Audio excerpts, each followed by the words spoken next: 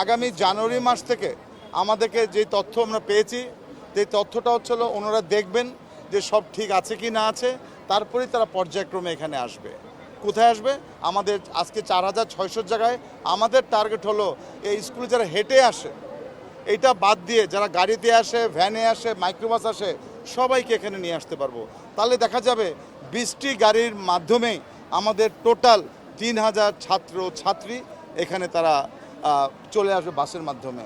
তাহলে 20টা যদি বাস যদি আমরা ম্যানেজ করতে পারি এবং তার সাথে যদি অন্য 2000 যদি গাড়ি এখানে আসতো, তাহলে তো এটা একটা পরিবেশ বান্ধব একটা যান চলাচল হয়ে গেল এবং আমরা পরিবেশকে রক্ষা করতে পারছি। একটি গাড়িতে যখন আসবে অথবা কয়েকজন মিলে যে মাইক্রোবাসগুলো এখানে আসে, আমি জানি না তোমরা দেখেছো কি না গেছো, মাইক্রোবাসগুলোর অবস্থা কিন্তু পুরোপুরি খারাপ। মাইক্রোবাসের থেকে ধোঁয়া, মাইক্রোবাসের মধ্যে গাদাগাদি, রিক্সা ভ্যান অত্যন্ত রিস্কি। সেই রিস্কি কিন্তু থাকবে না, নিরাপদে আসবে। এখন তোমাদের তার প্রশ্ন স্কুল বাস অন্যান্য স্কুলে কি চালু করব কি না করব। আমরা তো এটা তো শুরু করতে পারছিলাম না, এটা তো আমাদের শুরু, এটা আমাদের স্টার্টিং পয়েন্ট।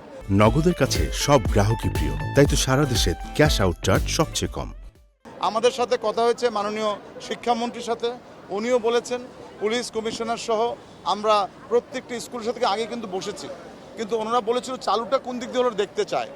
তা আমরা কিন্তু সেটির মাধ্যমে করেছি। এই স্কুল বাসের মাধ্যমে একটি বাচ্চা যখন তার বাসের দরজায় পাড়া দিয়ে বাসের ভিতরে ঢুকে যাবে, অটোমেটিক্যালি তার প্রেজেন্ট কিন্তু সেই স্কুলে হয়ে যাচ্ছে।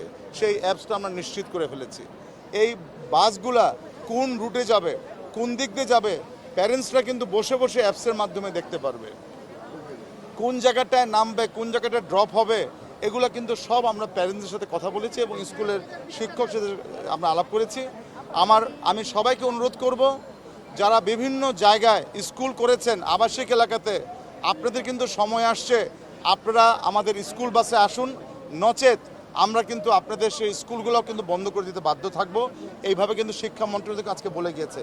আপনারা স্কুল করছেন, আপনারা এখান থেকে অনেক অনেক হাজার হাজার টাকা বেতন নিচ্ছেন, অনেক স্কুলেতে 15 থেকে 20,000 টাকা একটি বাচ্চাকে নেওয়া হচ্ছে, কিন্তু আপনারা সেখানে কোনো বাসের বন্দোবস্ত করছেন না। আপনারা পুরা রেসিডেন্সিয়াল এলাকাতে করেছেন, মানুষের ভোগান্তি হচ্ছে। আমি অনুরোধ করব, আমরা বাস সিস্টেম চালু করছি, আপনারাও আমাদেরকে সে সহযোগিতা করেন। পর্যায়ক্রমে ঢাকা সিটিতে, বিশেষ করে উত্তরের আমি সব জায়গাতেই এই স্কুল বাস আমি চালু করতে যাব এবং চালু করতে যাচ্ছি আমরা। আমার নির্দেশ থাকবে একটি, যে আপনারা আমাদের সাথে সহযোগিতা করেন, নালে কিন্তু আমাদেরকে কিন্তু কঠোর হতে হবে।